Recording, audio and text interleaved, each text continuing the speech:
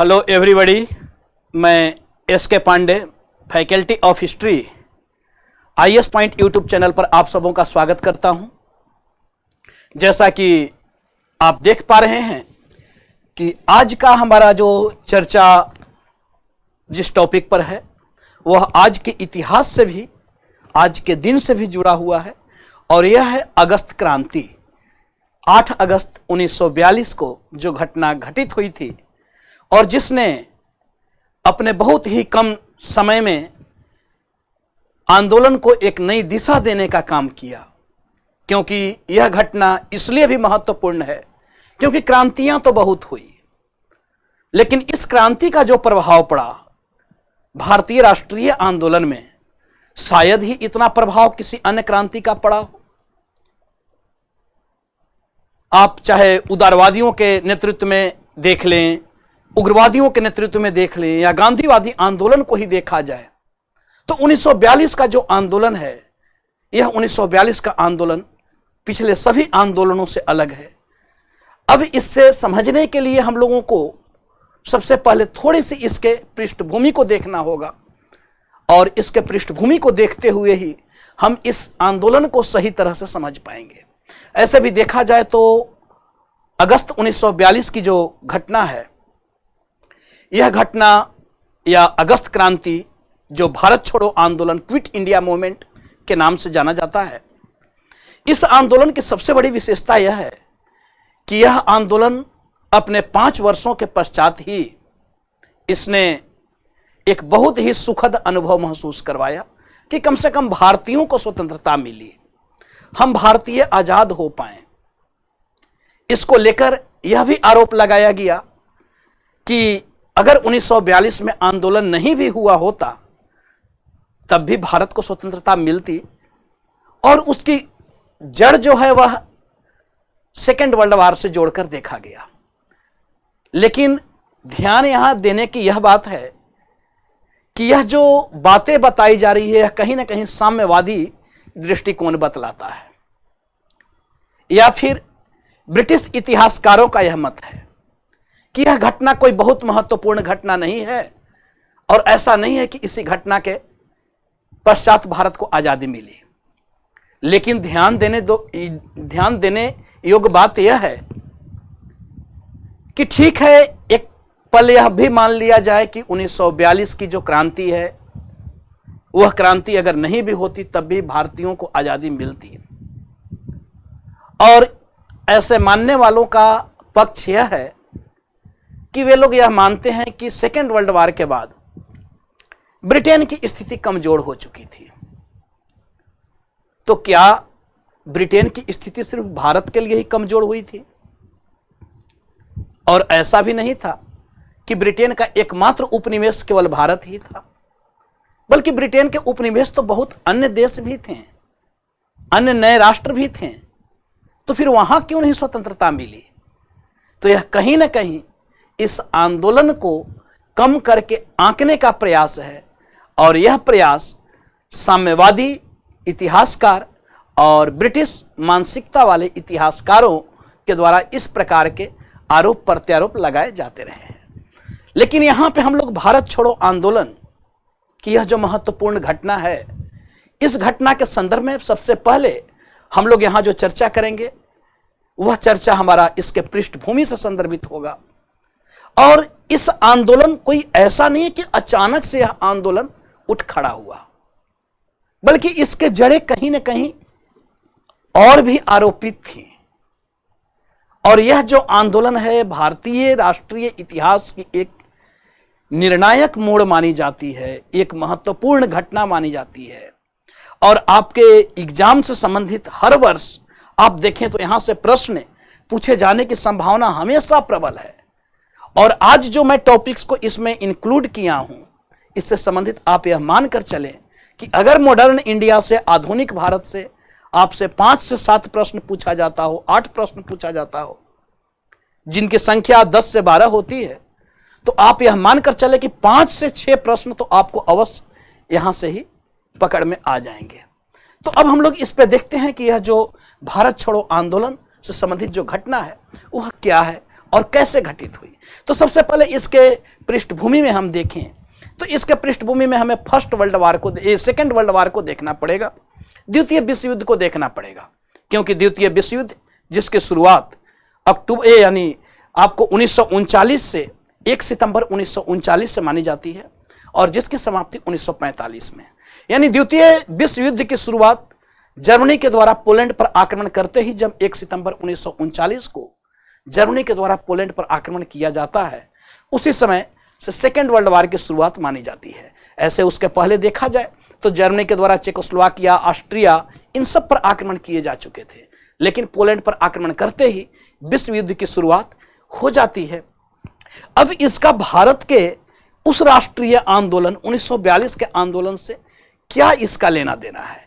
तो सबसे पहले यहां पे हम लोग देखते हैं कि 1942 की जो आंदोलन है, यह आंदोलन को पहले हमें 2 चरणों में देखना पड़ेगा, 1939 से 42 और 42 के बाद की घटनाओं को। जो 42 के बाद को घटनाओं को तो हम लोग यहां पे पूरी तरह से नहीं देखेंगे, लेकिन कुछ ना कुछ चीजें इसके पश्चात जो घटित हुई उसे हम लोग एक नजर में यहां पे देखने का प्रयास करेंगे।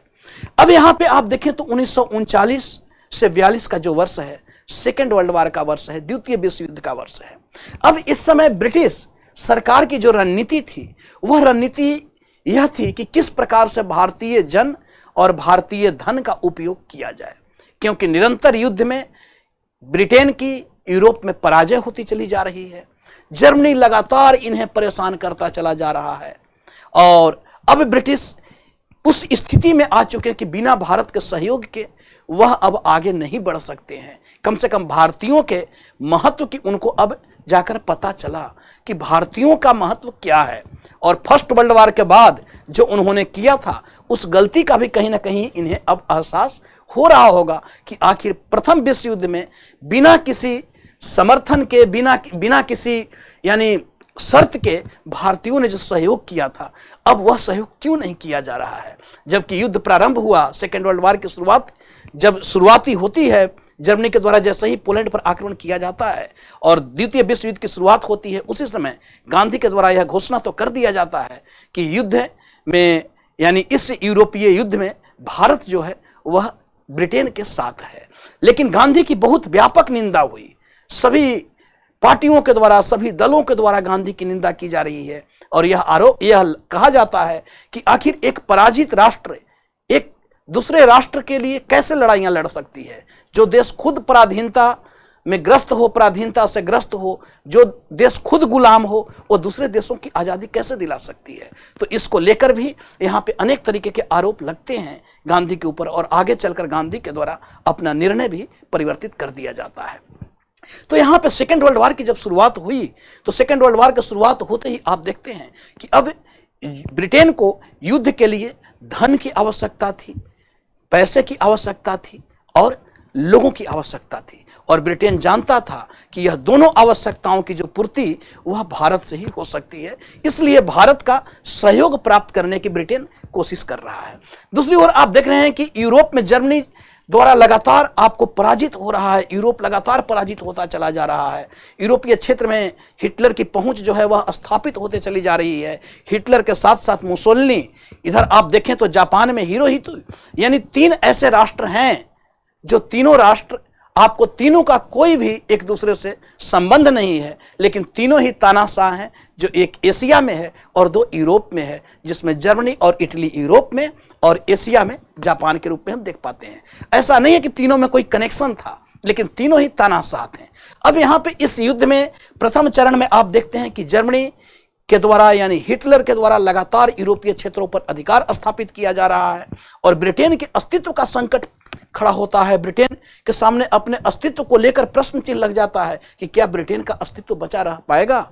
यानी ब्रिटेन के अस्तित्व का मतलब है कि ब्रिटिश जो अपने आप को कहा करते थे कि ब्रिटेन में सूर्यास्त नहीं होता है, तो क्या अब वह सूर्यास्त होगा या नहीं होगा, यह एक प्रश्न चिन्ह उठ खड़ा हुआ था। तो ऐसी स्थिति में आप देख पा रहे हैं कि इस सेकेंड वर्ल्ड वार में लगातार हिटलर के द्वारा यूरोपीय देशों पर अटैक किया जा रहा है और ब्रिटेन के अधीनता वाले क्षेत्र पे लगातार आक्रमण हो रहा है, जबकि ब्रिटेन का तो बहुत ज़्यादा यूरोप में उपनिवेश नहीं था, क्योंकि उसका उपनिवेश तो एशिया और अफ्रीकन देशों में था। लेकिन फिर भी यूरोप की स्थिति, यूरोप का जो भौगोलिक जो स्थिति है उसमें व्यापक परिवर्तन हो रहा था, और इससे कहीं ना कहीं ब्रिटिश जो थे वे चिंतित थे, क्योंकि आगे चलकर उन्हें प्रतिस्पर्धी के रूप में जर्मनी बहुत तेजी से उभरता चला जा रहा था। तो ऐसी स्थिति में अब आप देख पाते हैं कि 1942 के बाद, यानी युद्ध में, अब आप देखते हैं कि 1939 के बाद, सॉरी अगर यहां पे देखें तो फर्स्ट चरण में हम लोग देख रहे हैं 1939 से 1942, और सेकंड जो स्टेप है वह 1942 से 1945। तो आप देख पाते हैं कि एक स्टेज के बाद, यानी 1939 से 42 तक का जो युद्ध चला, उसमें तो यूरोप में जर्मनी बहुत तेजी से बढ़ता है, लेकिन 1942 के बाद जर्मनी का जो उफान है, जर्मनी का जो तीव्र गति है, वह कहीं ना कहीं रुकता चला जाता है। उसका बहुत सारा कारण है। उसके लिए मैंने सेकेंड वर्ल्ड वार पे एक वीडियो भी डाल रखा है, और एक और वीडियो मैं आपको बनाऊंगा, उस पर मैं बताऊंगा कि कैसे द्वितीय विश्व युद्ध में क्या क्या घटनाएं घटित हुई थी। क्योंकि अभी उस पर जाने का मतलब है कि विषय से विषयांतर होना है, क्योंकि हम लोग यहाँ पे मूल रूप से जो देखेंगे और जो चर्चा करेंगे वो हम लोग भारत छोड़ो आंदोलन के संदर्भ में चर्चा करेंगे। मेरा यहाँ पे कुछ पूर्व की घटनाओं को, सेकेंड वर्ल्ड वार की घटनाओं को बताने का सिर्फ और सिर्फ उद्देश्य यह है कि बहुत सारे फैक्ट्स जो हैं वह यहाँ से आपको जुड़े हुए हैं। इसलिए 1942 की क्रांति को द्वितीय विश्व युद्ध से अलग करके इसे नहीं देखा जा सकता है। तो यहाँ पे देख रहे हैं कि 1942 के बाद अब क्या परिवर्तन हुआ, तो यूरोप में युद्ध समाप्त होने लगता है, क्योंकि अब जर्मनी का वह जो विस्तार था वह नहीं हो पाता है। अमेरिका अब युद्ध में इन्वॉल्व कर जाता है। दूसरी ओर आप देख रहे हैं कि जर्मनी अब युद्ध में लगातार हारता चला जा रहा है। उसका जो एक मजबूत राष्ट्र, जो उसका सहयोगी था रूस, वह भी अब जर्मनी से अलग हो जाता है। अब ब्रिटेन को यह लगता है कि हमारे जो अस्तित्व के सामने जो प्रश्न चिन्ह खड़ा हुआ था, शायद वह अब सुरक्षित है। चलो कम से कम यूरोप में जर्मनी की हार स्टार्ट हो गई। इससे ब्रिटिश के आत्मविश्वास में भी वृद्धि हुआ। ब्रिटिशों को लगा कि अब चलो हमारी कम से कम जो एक अस्तित्व को लेकर जो संकट था, शायद यह तो संकट टला, और अब भारतीयों को आजादी नहीं देनी पड़ेगी। अब इधर दूसरी ओर आप देखते हैं कि लड़ाई का जो केंद्र है वह आपको केंद्र परिवर्तित हो जाता है। अभी तक सेकेंड वर्ल्ड वार 1942 के पहले तक जो सेकेंड वर्ल्ड वार जो चल रहा था वह सिर्फ यूरोपीय राष्ट्रों में था, और ऐसे देखा जाए तो अब इस पर मैं अभी नहीं आना चाहूंगा कि क्या यह द्वितीय विश्व युद्ध वाकई में विश्व युद्ध था या यूरोपीय युद्ध था। तो उस पर हम लोग अलग से चर्चा करेंगे कि प्रथम विश्व युद्ध हो या फिर द्वितीय विश्व युद्ध हो, इसे विश्व युद्ध क्यों कहा जा रहा है, जबकि यह तो मूल रूप से यूरोपीय युद्ध है। यूरोपीय देश ही सम्मिलित थे, वही लोग उपनिवेश स्थापित किए थे। तो खैर चाहे जो भी हो, उस पर हम लोग अलग से उस पर चर्चा करेंगे। यहाँ पे आप देखते हैं कि अब 1942 के बाद जो लड़ाई का जो केंद्र है वह लड़ाई का केंद्र परिवर्तित हो जाता है, और लड़ाई का केंद्र परिवर्तित होता है, यानी अब एशिया, मुख्य स्थल जो है युद्ध का वह एशिया हो जाता है। और इस एशिया में चीन और यूएसए यानी पैसिफिक ओशियन भी है, तो चीन और यूएसए इन्वॉल्व हैं, क्योंकि इधर आप देखते हैं कि इन दोनों को एशियाई राष्ट्र के द्वारा, एक एशियाई देश के द्वारा यानी जापान के द्वारा इन्हें निरंतर शिकस्त दिया जा रहा है, इन पर निरंतर आक्रमण किया जा रहा है। तो यहाँ पे चीन चियांग काई शेक और यूएसए रूजवेल्ट के अधीन लड़ाइयाँ जारी है, जिसमें जापान के हाथों इनको पराजय झेलना पड़ रहा है। परिवर्तित तो हुआ, ब्रिटेन का जो अस्तित्व की जो बात थी वह सुरक्षित तो हुआ, लेकिन अभी भी उतना सुरक्षित नहीं है, क्योंकि निरंतर बस सिर्फ यही हुआ कि अब अमेरिका इनके पक्ष में आ गया। उधर जर्मनी की हार प्रारंभ हो गई, इटली की हार प्रारंभ हो गई, लेकिन फिर भी जापान की हार अभी नहीं समाप्त हुई थी। अभी जापान तेजी से आगे बढ़ता चला जा रहा है। अब इधर आप देखते हैं तो इन दोनों का, चीन का, यूएसए का, इन सब का दबाव अब आपको ब्रिटेन के ऊपर, ब्रिटिश सरकार के ऊपर पड़ता है, क्योंकि इस समय ब्रिटेन का जो प्रधानमंत्री था वह चर्चिल था, और चर्चिल बहुत ही कह सकते हैं कि भारतीय राष्ट्रीय आंदोलन का जो प्रतिनिधित्व करता थे गांधी, तो गांधी को लेकर बड़ा ही उसकी निराशा व्यक्त किया करता था। गांधी को लेकर उसके मन में कभी श्रद्धा नहीं रही। वह हमेशा ही गांधी को एक दूसरे नजर से देखा करता था, अलग अलग उनके ऊपर आरोप भी लगाया। तो यहां आप देखते हैं कि अब लड़ाई का केंद्र तो परिवर्तित हुआ और इस लड़ाई के केंद्र में चीन और यूएसए है। अब इन दोनों के द्वारा, क्योंकि ये यूरोप के साथ थे, ब्रिटेन के साथ थे, इन दोनों के द्वारा लगातार ब्रिटेन पर दबाव बनाया जा रहा है कि भैया भारतीयों का साथ लो। बिना भारतीयों के साथ लिए, क्योंकि अब युद्ध स्थल चेंज हो गया, अब वह यूरोप नहीं है, अब आपका एशिया हो गया है और सेंटर पॉइंट भारत है। बिना भारत के समर्थन के इन पे कंट्रोल, जापानियों पे कंट्रोल नहीं किया जा सकता है। इधर जापान भी तेजी से बढ़ता चला जा रहा है। भारतीयों को अब लग रहा है कि कहीं ऐसा ना हो कि जापानी जो हैं वे आपको भारत में प्रवेश कर जाएं और ब्रिटिश भाग खड़े हों और जापान के हाथों फिर हमें पराधीनता, फिर गुलामी झेलना पड़े। अब यहां से भारत का जो नजरिया है वह भी बदलना स्टार्ट होता है। इनको लगता है कि जापान, इसलिए जापान भारत का प्रतिद्वंदी नहीं है, लेकिन आज जापान इसलिए अटैक कर सकता है क्योंकि ब्रिटिश यहां पे हैं। बहुत सारे क्षेत्रों में जो ब्रिटिश के अधीन क्षेत्र थे उन पे जापान ने नियंत्रण भी स्थापित कर लिया था। अब इधर ब्रिटिश राज्य का उद्देश्य में परिवर्तन हो रहा है। अब ब्रिटिश राज्य के उद्देश्य में क्या, तो जब इन दोनों का दबाव पड़ रहा है तो ब्रिटिश जो है वे चाह रहे हैं कि भारत पर सत्ता भी बनी रहे, वे सत्ता को खोना भी नहीं चाह रहे हैं। और इसी दबाव में अब वे डिवाइड एंड रूल पॉलिसी लेकर चल रहे हैं। यानी वे चाहते हैं कि कांग्रेस और मुस्लिम लीग को अलग कर दिया जाए, कांग्रेस को हिंदुओं का पार्टी घोषित कर दिया जाए और मुस्लिम लीग को मुस्लिमों का पार्टी घोषित कर दिया जाए। इधर कांग्रेस से दलित और सिख को भी अलग करना चाहते हैं। ऐसे तो इसके लिए इन्होंने कुछ ना कुछ कानूनी प्रावधान लाए ही थे। जैसा कि आप देख पाते हैं कि 1909 में जो 1909 का जो एक्ट है उसमें मुस्लिमों को पृथक निर्वाचन का अधिकार दिया गया था। उसके बाद फिर आप देखते हैं कि आगे चलकर 1919 के अधिनियम से आपको सिखों को पृथक निर्वाचन का अधिकार दिया गया। 1932 में दलितों के लिए भी कोशिश की जा रही थी। तो इस तरीके से अब यहां पे डिवाइड एंड रूल पॉलिसी ये तो चल ही रहे थे। गांधी समझ रहे थे इन चीजों को, गांधी के साथ साथ अन्य लीडर भी समझ रहे थे। अब यहां पे आप देखते हैं कि ब्रिटिश राज्य का उद्देश्य अब मित्र राष्ट्रों को सांत्वना देना था कि कैसे सांत्वना दिया जाए। यानी यूएसए और चीन का जो दबाव इनके ऊपर पड़ रहा था कि भारतीयों का सहयोग लिया जाए। आप क्यों इतना रूढ़ हो गए हो, भारतीयों का किसी प्रकार से सहयोग लो इस विश्व युद्ध में। अब इसके लिए संवैधानिक प्रस्ताव ब्रिटेन के द्वारा जारी किया जाता है, जो हम क्रिप्स मिशन, वेवल योजना, माउंटबेटन योजना, इन सब के अंतर्गत हम देख सकते हैं। नेक्स्ट, इसी के साथ साथ आप देखते हैं कि अब भारतीय प्रतिक्रिया क्या है। भारत भी तो कुछ ना कुछ रिस्पॉन्स देगा। तो भारतीय प्रतिक्रिया आप देखें तो 1939 से अब हमें देखना पड़ेगा और 42 के बाद तक कि भारत की प्रतिक्रिया इस युद्ध के प्रति क्या है। तो यहां पे सेकेंड वर्ल्ड वॉर के प्रति भारतीय दृष्टिकोण में भी आप देखें तो अलग अलग मत हैं।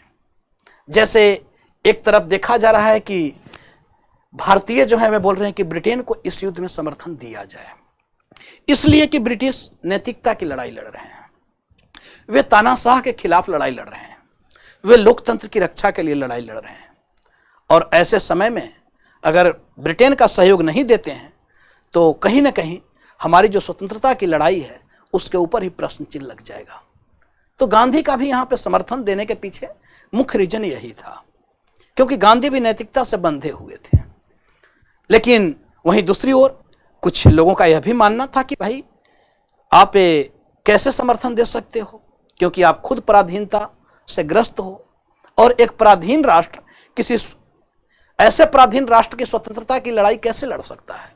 तो यहां आप देख पाते हैं कि 1939 से 42 के बीच में भारतीयों का अलग अलग मत है, जिसमें एक तो मत है कि समर्थन दिया जाए इस विश्व युद्ध में, ब्रिटिश परेशान है, उन्हें धन और जन की जो आवश्यकता है वह कम से कम बाधित ना हो, इसलिए समर्थन दिया जाए। तो उसमें समर्थन देने में भी दो वर्ग हैं।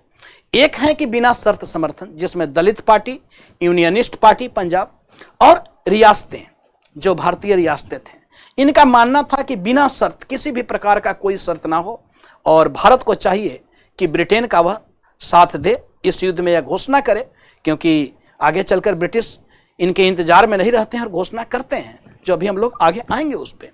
तो यहाँ पे आप देखते हैं कि समर्थन दिया जाए तो बिना शर्त समर्थन की वकालत करते हैं।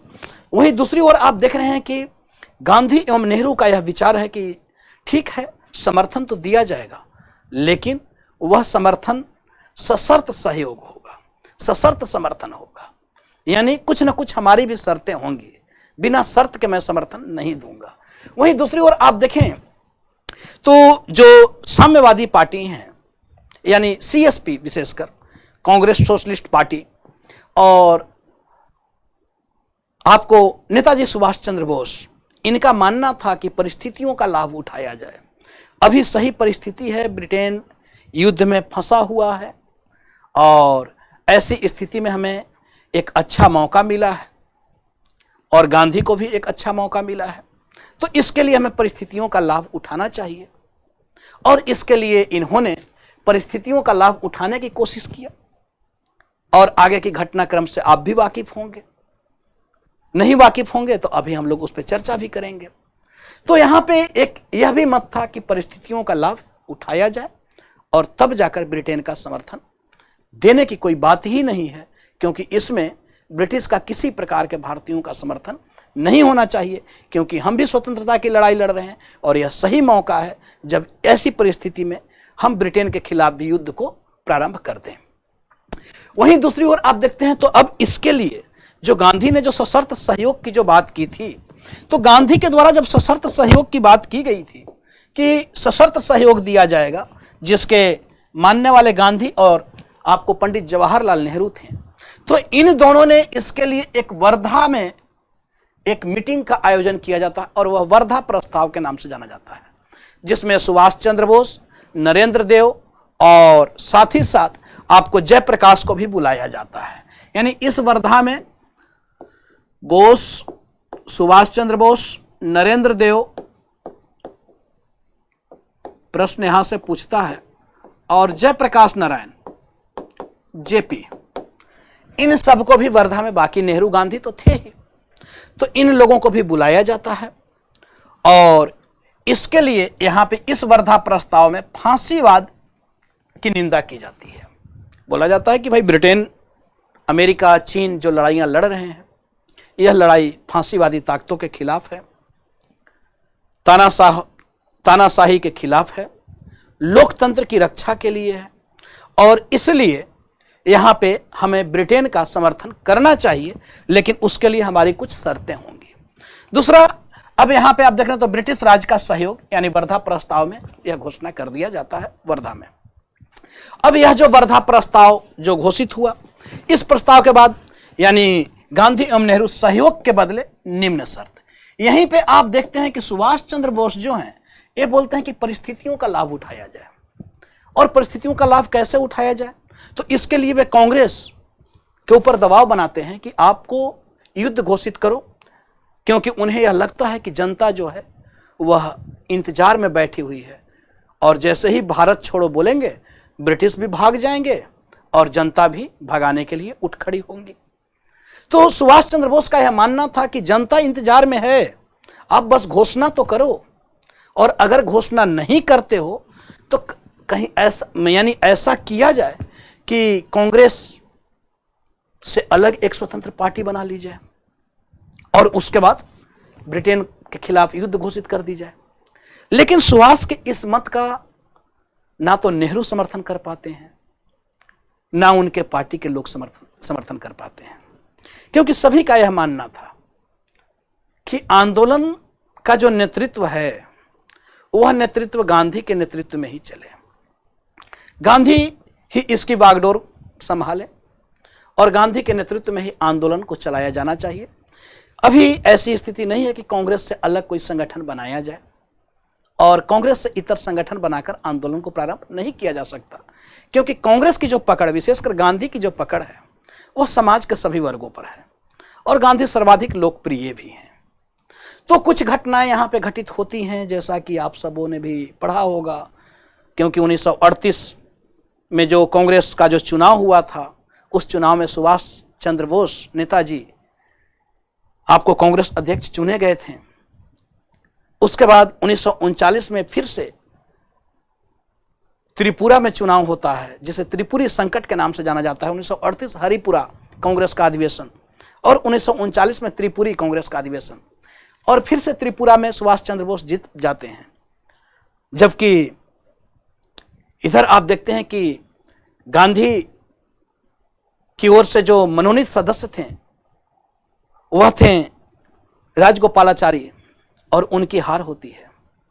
इस हार को लेकर गांधी बोलते भी हैं कि यह पंडित सीतारामैया, गांधी बोलते भी हैं कि सीतारामैया की हार नहीं है, बल्कि यह हार जो है यह हमारी हार, यानी हमारी हार है।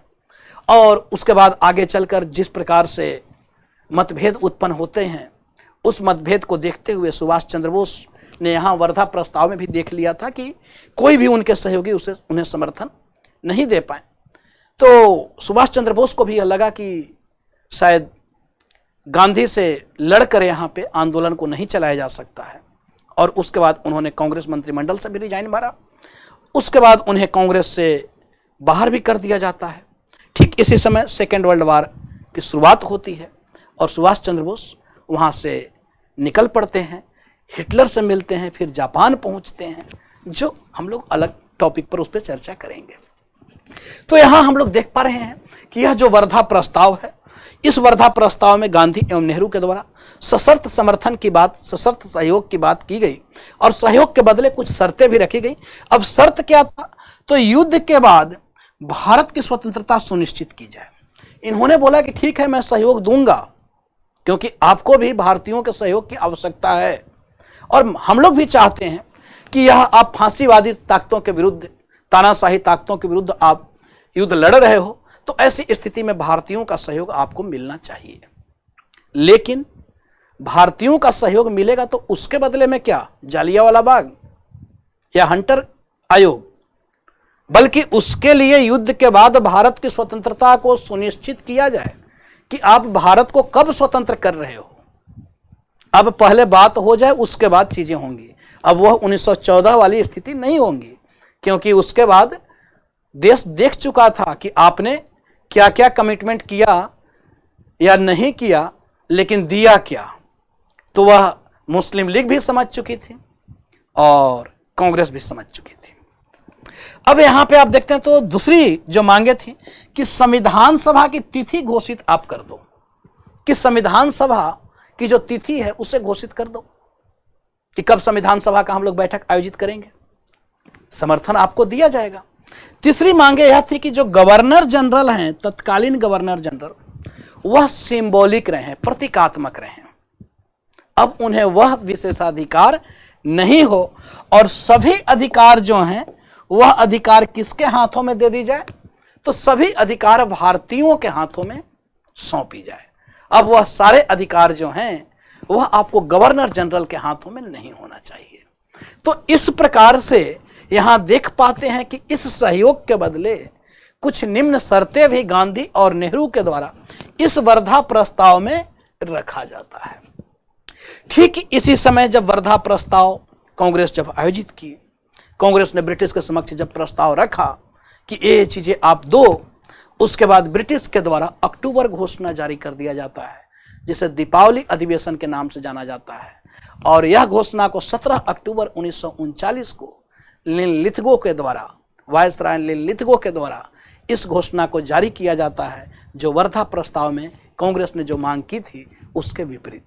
अब यहाँ पे यह आपको यह जो घोषणा है, इस घोषणा में यह है कि तत्कालीन परिस्थितियों में सत्ता हस्तांतरण जो है, अभी युद्ध का समय है और ऐसी परिस्थिति में सत्ता हस्तांतरण नहीं किया जा सकता है, बल्कि यह युद्ध के बाद देखा जाएगा।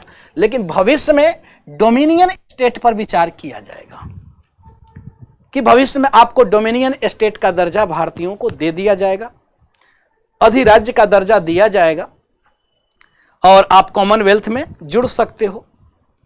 तो इस तरीके से अब देखें, यानी कांग्रेस क्या मांग रही है, देश की जनता की क्या उम्मीदें हैं, और ब्रिटिश के द्वारा क्या दिया जा रहा है। यानी ब्रिटिश अभी भी स्वतंत्रता देने के पक्ष में नहीं थे, वे भारत को खोना नहीं चाहते थे। भारत जैसे समृद्ध प्रांत को खोने के बाद उनके पास कुछ नहीं रह जाता। तो इसलिए उनकी जो औद्योगिक क्रांति और जो उद्योग जो स्थापित जो हुए थे, बड़े बड़े जो कल कारखाने स्थापित हुए थे, वह तो भारत और यानी एशिया और अफ्रीकी देशों पे ही तो निर्भर था।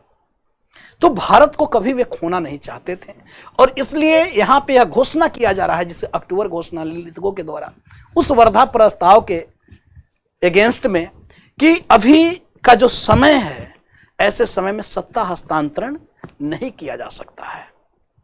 सारी पृष्ठभूमि बन रही है, अभी ले जाएंगे यानी 1942 के आंदोलन से, लेकिन सारी महत्वपूर्ण है, इसलिए मैं इस पे टॉपिक्स पे चर्चा कर रहा हूं। ऐसा नहीं कि मैं भटक गया हूं, तो यहां पे बताना जरूरी है, क्योंकि प्रश्न यहां से पूछे जाते हैं। तो डोमिनियन स्टेट पर विचार किया जाएगा। युद्ध के बाद यह भी घोषणा किया गया कि जो 1935 का जो एक्ट है, इस एक्ट को लेकर भी भारतीयों के द्वारा विरोध किया जा रहा था, और नेहरू ने तो यहां तक बोल दिया था कि वह तो बिना ब्रेक रहित इंजन है, जिसमें ब्रेक ही नहीं है। तो उस एक्ट को लेकर भी यह कहा गया कि उसमें भी संशोधन किया जाएगा और भारतीयों को कुछ नई रियायतें दी जाएंगी। इसके लिए हम अब सरकार यह रखती है बात, विशेषकर आपको जो रियासतें थीं, मुस्लिम लीग थे, कि क्या आप लोग नहीं चाहते हो कि 1935 का एक्ट में संशोधन हो? तो संशोधन हो तो फिर समर्थन दो, फिर देर किस बात की? और युद्ध के बाद मैं उस पर बात करूंगा, उसमें संशोधन करूंगा, कुछ रियायतें भी प्रदान करूंगा। तो एक प्रकार से वह प्रलोभन, डिवाइड एंड रूल पॉलिसी चल रहा है। वहीं युद्ध काल में भारतीयों के द्वारा यह कहा जा रहा है, देखिए ब्रिटिश किस प्रकार से चाल खेलते हैं। यह कहा जा रहा है कि युद्ध काल में भारतीयों के द्वारा एक युद्ध परामर्श समिति का गठन कर लिया जाए, और आप लोग सुझाव दो कि इस युद्ध से कैसे निपटा जाए। अरे भाई, वह क्या युद्ध भारत के द्वारा लड़ा जा रहा था क्या? वह युद्ध तो आप अपनी साम्राज्यवादी लड़ाई के लिए लड़ रहे हो, लेकिन भारतीयों को गुमराह किया जा रहा है, और यह कहा जा रहा है कि आप कोई ऐसी परामर्श समिति का गठन करो, बनाओ आप लोग मिलकर, और उसमें आप लोग गवर्नर जनरल को सलाह दो कि भाई क्या करना चाहिए, यह जो आपदा का जो समय है, यह जो विपत्ति आया है, इससे कैसा निपटा जाए। तो इसके लिए सुरक्षा मामले में गवर्नर जनरल को सलाह देगी, जो परामर्श समिति भारतीयों के द्वारा जो गठित होगी। तो इस प्रकार से यह अक्टूबर घोषणा था, लिलितगो प्रस्ताव था। अब इस घोषणा के बाद कांग्रेस को लगा कि अब कुछ बचा नहीं है, और ब्रिटिश जो हैं ये बिल्कुल किसी प्रकार की रियायत देना नहीं चाहते हैं। ये नहीं चाहते हैं कि भारत को स्वतंत्रता मिले। अब ऐसी परिस्थिति में इस अक्टूबर घोषणा के बाद युद्ध निरंतर बढ़ते चले जा रहे थे। उधर आप देख रहे हैं कि यूरोपीय राष्ट्रों के द्वारा, मित्र राष्ट्रों के द्वारा ब्रिटेन के ऊपर लगातार दबाव बनाया जा रहा था। उसी समय ब्रिटिश के द्वारा यह घोषणा कर दी जाती है कि भारत युद्ध में साथ है, ब्रिटेन के साथ है, बिना किसी राय परामर्श के, बिना किसी विचार परामर्श के।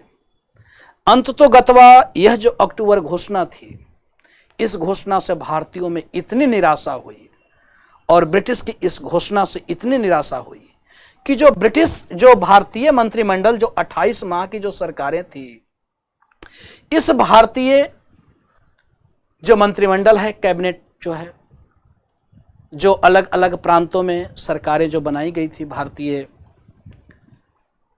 यानी नेतृत्व में भारतीयों के द्वारा, इसको समाप्ति की घोषणा कर दी जाती है और रिजाइन मार दिया जाता है। 22 अक्टूबर 1939 को कांग्रेस मंत्रिमंडल ने रिजाइन दे दी। अब कांग्रेस मंत्रिमंडल रिजाइन दे दी कि भाई आपने जब बिना खुद ही आपको डिसीजन लेना था, तो फिर हमें सरकार में बने रहने का मतलब क्या है, औचित्य क्या है, जब डिसीजन आप स्वयं ही ले सकते हो तब। तो इसके लिए तो फिर इस मंत्रिमंडल का कोई महत्व है नहीं, तो ऐसी मंत्रिमंडल में फिर क्यों बने रहना है। तो जो 28 महीने की जो सरकार थी, यह सरकार आपको रिजाइन दे देती है, भंग हो जाता है पार्लियामेंट, विधानसभा। तो इस प्रकार से कांग्रेस मंत्रिमंडल के द्वारा रिजाइन मार दिया जाता है। अब रिजाइन दिया जाता है तो उसके बाद इस रिजाइनेशन के बाद ब्रिटिश के द्वारा एक और ऑफर किया जाता है जो अगस्त ऑफर के नाम से जाना जाता है। अब इस अगस्त ऑफर में क्या था, क्योंकि लगातार ब्रिटेन के ऊपर दबाव बन रहा है, तो हमने बतलाया ना कि किस प्रकार से सत्ता को तो खोना नहीं चाहते हैं, लेकिन वे भारत के साथ कोई ना कोई, क्योंकि उन्हें दिखाना भी है कि देखो भाई मैं तो भारतीयों के साथ बार बार निरंतर वार्तालाप कर रहा हूं, लेकिन ये लोग सुनते ही नहीं है, ये सब जिद्दी हो गए हैं और इन्हें तुरंत आजादी चाहिए। तो ऐसे कैसे हो सकता है, युद्ध के बाद ही कुछ चीजें बदलाव होगा, और डोमिनियन स्टेट की तो बात की ही जा रही है। तो ब्रिटेन अपना पक्ष रखने के लिए बार बार कुछ ना कुछ ऑफर दे रहा है। इसी में एक और ऑफर है अगस्त ऑफर, अगस्त प्रस्ताव। अब इसमें क्या क्या प्रावधान था, तो इसके प्रावधान को भी हम लोग दो रूपों में देखेंगे कि एक युद्ध काल में जब युद्ध चल रहा हो तो इस समय क्या आपको दिया जाएगा, और युद्ध के बाद क्या दिया जाएगा। फिर से एक ऑफर फेंका गया। अब उधर कांग्रेस मंत्रिमंडल ने भी रिजाइन मार दी। अब ब्रिटेन के ऊपर और दबाव कि भाई आप तो भारतीयों का समर्थन और खोते जा रहे हो। तो अब यहां पे अगस्त ऑफर फेंका जा रहा है। अब यहां पे था कि वायसराय के कार्यकारिणी परिषद में सभी भारतीय दलों का प्रतिनिधित्व दिया जाएगा। एक यहां पे इस अगस्त ऑफर में, क्योंकि अब रिजाइन मार दी गई, तो एक बात यहां पे उठी कि जो वायसराय का जो कार्यकारिणी परिषद है, इस कार्यकारिणी परिषद में सभी भारतीयों को उन्हें आपको अधिकार दिया जाएगा, उनको प्रतिनिधित्व दिया जाएगा। यानी अब वायसराय की कार्यकारिणी परिषद जो है वह मोनोपोली नहीं रह जाएगी। इसके बदले सभी भारतीय न्याय और लोकतंत्र की इस लड़ाई में ब्रिटिश राज्य का सहयोग करेंगे। इसके लिए महारानी की घोषणा है, महारानी यह घोषणा करती है, और यह अगस्त प्रस्ताव उन्हीं के आपको कहने पर लाया गया था, क्योंकि ब्रिटेन को सहयोग चाहिए था भारतीयों का। तो यह कहा गया कि अब वायसराय के कार्यकारिणी परिषद में सभी भारतीयों को भी प्रतिनिधित्व दिया जाएगा, और इसके साथ ही साथ यह भी ऑफर किया गया कि भाई अब प्रतिनिधित्व दिया जाएगा, फ्यूचर की बात है, लेकिन इसके लिए यह जो न्याय की जो लड़ाई लड़ी जा रही है, यह जो लोकतंत्र की रक्षा के लिए जो लड़ाई लड़ी जा रही है, इस लड़ाई के लिए ब्रिटिश का तो कम से कम सहयोग करो, अब तो करो। यह देखो एक और ऑफर मैं लेकर आया हूं। इधर आप देखें तो युद्ध के बाद क्या, तो युद्ध के बाद फिर वही बातें दोहराई जा रही है कि भारत में डोमिनियन स्टेट की स्थापना की जाएगी। अरे यह तो मांगे बहुत पुरानी हो चुकी थी, अब तो स्वशासन से स्वराज्य की ओर, और अब पूर्ण स्वाधीनता की ओर, पूर्ण स्वराज्य की ओर। तो यहां पे फिर से कहा जा रहा है कि भारत में डोमिनियन स्टेट की स्थापना की जाएगी, संविधान सभा का भी गठन किया जाएगा, और अल्पसंख्यकों के इच्छा के विरुद्ध, बहुत महत्वपूर्ण चीजें समझेंगे कि अल्पसंख्यकों के इच्छा के विरुद्ध कोई भी समझौता स्वीकार नहीं किया जाएगा। यही सबसे बड़ी चाल थी ब्रिटिश की, और यह जो चालें चली गई, यह जानबूझकर कांग्रेस को अलग थलग करने की एक कोशिश थी, और मुस्लिम लीग को वीटो का जो पावर अधिकार है, यह वीटो पावर यहां पे दे दिया गया, जिसमें साफ साफ यह कह दिया गया कि अल्पसंख्यकों के इच्छा के विरुद्ध कोई भी समझौता स्वीकार नहीं किया जाएगा। और ऐसा हो ही नहीं सकता था कि दोनों की जो बातें हों वह पूर्ण तौर पे आपको सहमत दोनों पक्ष हों, ऐसा हो नहीं सकता था, क्योंकि 1940 से ही आप देख रहे हैं कि अलगाववाद की जो प्रवृत्ति है वह बढ़ती चली जा रही है। पाकिस्तान की मांगे धीरे धीरे उठने लगती हैं। तो यहां पे यह जो घोषणा हुआ कि अल्पसंख्यकों की इच्छा के विरुद्ध कोई भी समझौता नहीं किया जाएगा, यह अगस्त प्रस्ताव का एक प्रकार से आप देखें तो यह मुस्लिम लीग को वीटो अधिकार दिया जा रहा है। एक प्रकार से उन्हें वीटो का अधिकार दे दिया गया कि अब आप वीटो लगा सकते हो, कुछ भी हो तो आप लगा दो, अड़चने आ जाएंगी। तो इस प्रकार से अभी यह जो ऑफर था इसे कांग्रेस ने भी रिजेक्ट किया, मुस्लिम लीग ने भी रिजेक्ट किया, अदर्स पार्टी जो हैं वे इसे एक्सेप्ट करती हैं, लेकिन कांग्रेस और मुस्लिम लीग यह दोनों ही रिजेक्ट कर देती हैं। अब कांग्रेस क्यों रिजेक्ट की भाई? तो कांग्रेस के रिजेक्ट करने के पीछे यहां पे क्या कारण है? तो कांग्रेस इसे इसलिए रिजेक्ट करती है क्योंकि यह जो घोषणा था, यह जो अगस्त प्रस्ताव था, इस प्रस्ताव में कांग्रेस का यह मानना था कि कार्यकारिणी परिषद में कांग्रेस और मुस्लिम लीग के सदस्य, यानी ये कांग्रेस का यह मानना था इस घोषणा को लेकर, जिसको लेकर कांग्रेस इसकी बहिष्कार कर रही है, कि गवर्नर जनरल प्रतीकात्मक होना चाहिए। जो ये बोल रहे हैं कि गवर्नर जनरल के कार्यकारिणी परिषद में सभी भारतीय दलों का प्रतिनिधित्व दिया जाएगा, लेकिन कांग्रेस इसलिए इसको एक्सेप्ट नहीं की। कांग्रेस बोली कि भाई गवर्नर जनरल की तो मैं शुरू से ही बात कर रहा हूं कि गवर्नर जनरल सिंबॉलिक होना चाहिए और सभी मामले जो हैं वह भारतीय के हाथों में सुरक्षित हो। फिर गवर्नर जनरल की बात क्यों है, क्यों उसके कार्यकारिणी परिषद में हम बैठेंगे?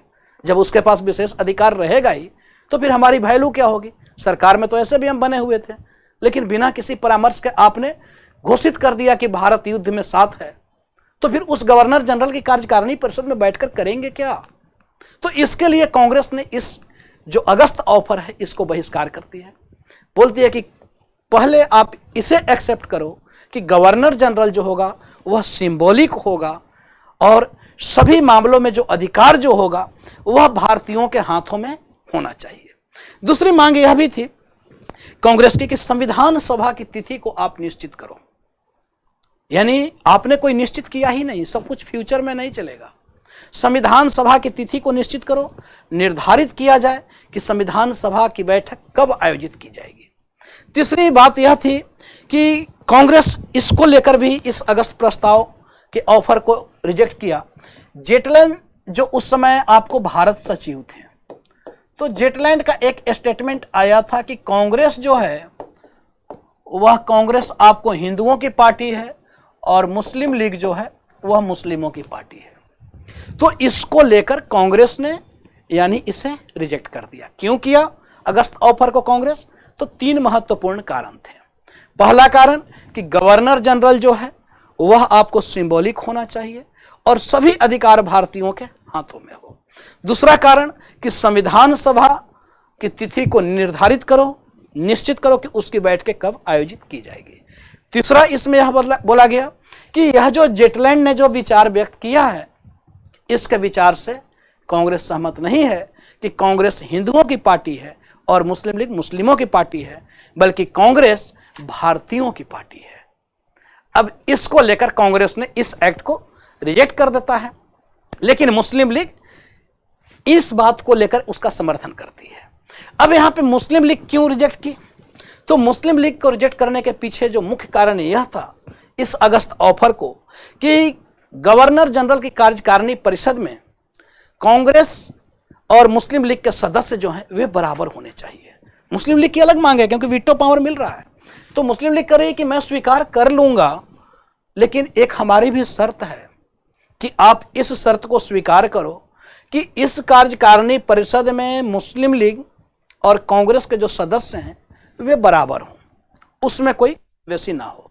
दूसरा यह फिर इसमें मुस्लिम लीग की एक और मांग थी कि प्रांतों में जहां मुस्लिम लीग को बहुमत हो, वैसे प्रांत जिन प्रांतों में मुस्लिम लीग की बहुमत स्थापित हो उन प्रांतों में गवर्नर जनरल की परिषद में मुस्लिम लीग के सदस्यों की संख्या को बढ़ाई जाए, वहां पे बराबर भी नहीं रखी जाए। यानी जिन प्रांतों में मुस्लिम लीग की बहुमत हो उन प्रांतों में मुस्लिम लीग के सदस्यों की संख्या को बढ़ाई जाए। तो इस प्रकार से यानी गवर्नर जनरल की कार्यकारिणी परिषद में, तो इस प्रकार से मुस्लिम लीग इस बात को स्वीकार करती कि हाँ आपने यह सही कहा है कि कांग्रेस जो है, ये तो मैं बार बार कह रहा था कि कांग्रेस हिंदुओं की पार्टी है और मुस्लिम लीग मुस्लिमों की पार्टी है, तो आपने यह बातें तो कम से कम सही कही है। अब यहां पे आप देखते हैं कि आगे चलकर अगस्त प्रस्ताव की असफलता के बाद गांधी जो हैं वे अब गांधी को यह लगता है कि अब कोई बचा नहीं है और ब्रिटिश कभी नहीं चाहते हैं कि भारत को स्वतंत्रता मिले। ब्रिटिश हमेशा ही भारत को पराधीन बनाए रहना चाहते हैं और ब्रिटिश के रहते भारतीयों को स्वतंत्रता नहीं दी जा सकती है। तो अब गांधी यह मान लेते हैं कि राजनीतिक गतिशीलता को बनाए रखने की जरूरत है और इस तरीके से गांधी के द्वारा इस अगस्त ऑफर को रिजेक्ट कर दिया जाता है, कांग्रेस के द्वारा रिजेक्ट कर दिया जाता है, मुस्लिम लीग के द्वारा रिजेक्ट कर दिया जाता है, जेटलैंड के जो विचार थे उस विचार को रिजेक्ट किया जाता है। तो इस प्रकार से आप देखते हैं कि इस अगस्त ऑफर की निंदा की जाती है और इसे ना तो आपको कांग्रेस ने और ना ही मुस्लिम लीग ने स्वीकार किया। अब इसके आगे की घटनाओं को हम लोग देखते हैं तो कुछ और घटनाएं इसी समय घटित होती हैं। जैसे अब यह अगस्त ऑफर जब रिजेक्ट कर दिया जा रहा है, जो वर्धा प्रस्ताव के बाद आपको लाया गया था, एक तो दीपावली ऑफर, उसके बाद फिर अगस्त ऑफर, तो इन दोनों प्रस्तावों को रिजेक्ट करने के बाद अब कांग्रेस पूरी तरह से कांग्रेस के ऊपर दबाव बढ़ता चला जा रहा है। कांग्रेस मंत्रिमंडल ने रिजाइन दे दी, कांग्रेस के ऊपर निरंतर दबाव बनता जा रहा है। अब कांग्रेस न चाहते भर में भी गांधी को यह ऑफर देती है कि भाई आप कुछ अब करें। तो गांधी ऐसे समय में व्यक्तिगत सत्याग्रह प्रारंभ करते हैं और गांधी के द्वारा यह जो व्यक्तिगत सत्याग्रह है, यह व्यक्तिगत सत्याग्रह गांधी आपको इसलिए प्रारंभ करते हैं क्योंकि सरकार के द्वारा अध्यादेश पर अध्यादेश जारी किया जा रहा था। सरकार के द्वारा आप देख पा रहे हैं कि प्रेस की जो आजादी थी, उस प्रेस की आजादी को युद्ध की आड़ लेकर उसको समाप्त कर दिया गया। सभा बनाने पर, संगठन बनाने पर, इन सब पर अधिकार जो थे, ये सारे अधिकार समाप्त कर दिए गए। वामपंथी समूहों को कंटिन्यू परेशान किया जा रहा है, तो इसको लेकर गिरफ्तारियां हो रही है। उधर आप देखते हैं कि नेहरू के द्वारा यह कहा जाता है कि अब रास्तों का अलगाव हो गया है, अब रास्ते एक नहीं हो सकती है, क्योंकि नेहरू बतलाते हैं, नेहरू ने उस समय एक महत्वपूर्ण आपको the parting of the ways में उन्होंने एक दस्तावेज था, उसके माध्यम से नेहरू ने the parting of the ways के माध्यम से बतलाया कि ब्रिटिशों को अगर यह लगता है कि हम अपने वमवर्षक जहाजों के द्वारा, मशीन गनों के द्वारा भारतीयों को डरा जाएंगे और भारत को आज़ाद नहीं होने देंगे, तो हम उतने भी कायर नहीं हैं और दुनिया में भारतीय ही सिर्फ कमजोर नहीं है। यह ब्रिटिश की सोच जो है वह गलत है। 1940 के अंत तक आते आते गांधी जी द्वारा कांग्रेस का कमान संभालने का अनुरोध किया जा रहा है। उधर नेताजी हट ही गए। अब गांधी जी के द्वारा फिर से कहा जाता है कि आप ही कांग्रेस का कमान संभालिए। अब गांधी यहां पे चाहते थे कि ब्रिटिश को अभी भी एक मौका दिया जाए और इसके लिए जब कांग्रेस मंत्रिमंडल रिजाइन मारती है तो गांधी खुश भी होते हैं, बोलते हैं कि चलो अच्छा हुआ, कम से कम आप लोग सरकार से बाहर तो निकले, अब आपके पास जो समय है उस समय को रचनात्मक कार्यक्रम में लगाओ और आपके अंदर की जो पापें हैं, जो आप लोग घृणित काम जो किए हो सरकार के अंग बनकर, कम से कम यह प्रायश्चित करने का आपको मौका है। अब गांधी यहां पे 1940 के अंत तक आते आते गांधी जी के द्वारा कांग्रेस का कमान संभाला जाता है और हर इलाके में गांधी अपने चुने हुए व्यक्तिगत सत्याग्रही, जो सत्याग्रही थे, उन सत्याग्रहियों को वे भेजते हैं। सत्याग्रही की कुछ मांग थी कि युद्ध में हिस्सा लेने के खिलाफ प्रचार करने के लिए अभिव्यक्ति की स्वतंत्रता होनी चाहिए। भाई मैं युद्ध में हिस्सा नहीं ले रहा हूं तो इसका प्रचार तो मैं कर सकता हूं, इसके लिए आप मुझे क्यों रोक रहे हो? क्या इसकी भी अभिव्यक्ति की आजादी नहीं है क्या कि मैं लोगों को बतलाऊं, प्रचार प्रसार करूं कि भाई भारतीय जो है युद्ध में हिस्सा नहीं लेंगे? तो इसके लिए क्योंकि अभी असहयोग नहीं किया जा रहा है, अभी भी गांधी एक मौका दे रहे हैं कि देखो अभी भी संभल जाओ, तो इसलिए व्यक्तिगत सत्याग्रह चलाया जा रहा है। सत्याग्रही जो होते थे वे जिला मजिस्ट्रेट को सूचित किया करते थे। किसी स्थान एवं किसी समय युद्ध विरोधी भाषण होता था, जिस स्थान पर भी उनको पहुंचना होता था, जिस समय भी उन्हें भाषण देना होता था, तो युद्ध विरोधी भाषण ही दिया जाता था। लेकिन ब्रिटिश जो थे वे तो युद्ध की आड़ लेकर भारत में सारे अधिकारों पे ही मानवा जो मौलिक अधिकार थे उन सबको समाप्त कर दिया गया था, क्योंकि युद्धकालीन परिस्थिति है। अब ऐसे में उनको कोई अन्य देश तो रोकने वाला भी नहीं था। तो ऐसे समय में गांधी भी जानते थे, गांधी के ऊपर कांग्रेस भी बोल रही कि भाई अभी आप आंदोलन स्टार्ट करोगे तो कहीं ऐसा ना हो कि युद्ध की आड़ लेकर कंटिन्यू यहाँ पे मशीन गन चलवा दे ब्रिटिश कि देखो ये सब भी युद्ध विरोधी हैं, यानी युद्ध के ये सब जर्मनी के साथ देने वाले हैं, जापान का साथ देने वाले हैं। तो युद्ध का आरोप आड़ लेकर ब्रिटिश अभी यहाँ पे दमनात्मक कार्रवाई कर सकते हैं। लेकिन गांधी बोलते हैं कि व्यक्तिगत सत्याग्रह तो चलाया ही जा सकता है। और इसमें जो आप लोगों ने जो सरकार का जो सिस्टम का जो पार्ट रहे हो तो यही तो सही मौका है। तो इसके लिए प्रथम सत्याग्रही के रूप में विनोबा भावे को, द्वितीय सत्याग्रही के रूप में जवाहरलाल नेहरू को, और इसमें जो घोषणा किया जाता है वह दिल्ली चलो की घोषणा की जाती है। तो इस प्रकार से जिला मजिस्ट्रेट के समक्ष यह जो सत्याग्रही हुआ करते थे, इन सत्याग्रहियों के द्वारा आप देखते हैं कि यहाँ पे इन सत्याग्रहियों के द्वारा आपको पहले ही सूचित कर दिया जाता था कि मैं किस समय और किस स्थान पर आऊंगा और युद्ध विरोधी भाषण दूंगा, क्योंकि प्रेस की आज़ादी, संगठन बनाने की आज़ादी, भाषण देने की आज़ादी सभी समाप्त कर दी गई थी इस युद्ध काल में। अब व्यक्तिगत सत्याग्रह के उद्देश्य क्या? तो गांधी जी द्वारा लोगों को आने वाले संघर्ष के लिए, क्योंकि गांधी जानते थे कि अब आने वाली जो संघर्ष है वह संघर्ष बहुत बड़ी संघर्ष होगी और इस संघर्ष के लिए अभी लोग तैयार नहीं हैं। अचानक ऐसी घटनाएं घटित होती जा रही है, तो कम से कम उस संघर्ष के लिए लोगों को तैयार किया जाए। इसलिए पहले व्यक्तिगत रूप से चुने हुए लोगों के द्वारा, जो चयनित नेतृत्व, जो ऊपर के नेता हैं, उनके द्वारा पहले लोगों को जागरूक किया जाए। दूसरी ओर आप देखते हैं कि उग्र भारतीय राजनीतिक चेतना को भी शांत करना था, क्योंकि एक वर्ग जो था वह निरंतर दबाव बनाए हुए था कांग्रेस के ऊपर कि क्यों बैठे हुए हो भाई, पूरा विश्व अभी पड़ा हुआ है, ब्रिटेन हारता जा रहा है, जापान इनको शिकंजा देते जा रहा है और आप लोग शांत बैठे हुए हो, नहीं तो फिर हम लोग आंदोलन स्टार्ट कर दें। तो अब निरंतर जो कांग्रेस के ऊपर जो दबाव बन रही थी, इसी दबाव में तो कांग्रेस ने रिजाइन भी दिया, तो लगातार जो दबाव जो बन रही थी कांग्रेस के ऊपर, तो इसके लिए भी गांधी को उन उग्रवादी पंथों को, उन क्रांतिकारियों को, उन एक्सट्रीमिस्टों को भी शांत करना था, क्योंकि गांधी चाहते थे कि पहले उन्हें भी रोके रखा जाए, उन्हें लगे कि हाँ चलो कुछ तो हो रहा है। तो इसके लिए गांधी ने व्यक्तिगत सत्याग्रह चलाया। ब्रिटिश सरकार को भी गांधी, आप देखें तो भारतीय मांगों को स्वीकार करने के लिए एक अवसर दे रहे हैं, बोल रहे हैं कि अभी भी आपके पास एक मौका है, आपने जो हमने प्रस्ताव जो रखा है उसे स्वीकार कर लो, और नहीं तो फिर आगे का खामियाजा भुगतना, इसके लिए मैं जिम्मेदार नहीं हूंगा। और उसके लिए फिर लाख चिल्लाओगे कि गांधी जिम्मेदार है, तो गांधी जिम्मेदार नहीं होने वाले हैं, क्योंकि अभी भी एक आखिरी मौका आपको दिया जा रहा है। इधर गांधी की यह भी कोशिश थी इस व्यक्तिगत सत्याग्रह के माध्यम से कि जो कांग्रेस संगठन जो कमजोर हो चुकी है इस पार्टी पॉलिटिक्स में, तो उस संगठन को भी मजबूत किया जाए, उसे भी आपको मजबूत बनाया जाए। अवसरवादी लोगों को संगठन से चुन चुन कर बाहर किया जाए।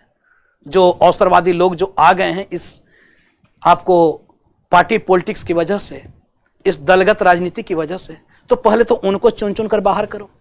तो उन लोगों को भी बाहर करना है। जनता को राजनीतिक रूप से जागृत करना है, क्योंकि जनता 1924 के बाद शिथिल हो चुकी है। अब उन्हें भी एक्टिव करने की जरूरत है कि भाई आगे एक आंदोलन अब चलने वाला है।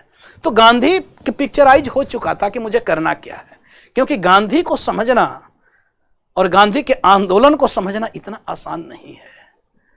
इसलिए असहयोग आंदोलन का जो स्वरूप है यह भी एक विवादास्पद मुद्दा है कि यह इसका स्वरूप कैसा था। स्वतः स्फूर्त आंदोलन के रूप में आप देखते हो, तो यह भी इतिहास में इसको लेकर भी बहुत विवाद है। इस यानी 1942 का अगस्त क्रांति को लेकर, जो 8 अगस्त 1942 को घटित होता है। अब इधर आप देखते हैं कि जापानियों के द्वारा पर्ल हार्बर के ऊपर आक्रमण कर दिया जाता है। यह एक जहाजी बेड़ा था, जंगी जहाज, जहां पे आपको अमेरिका का हुआ करता था। उस पैसिफिक ओशियन में जापान की इतना मन बढ़ता है कि वह जिग जैग रास्ते का इस्तेमाल करता है, क्योंकि उस समय तो ऐसा था नहीं कि कोई सैटेलाइट था आपको बता दे कि भाई जापानी आ रहे हैं, जर्मनी वाले इधर से आ रहे हैं।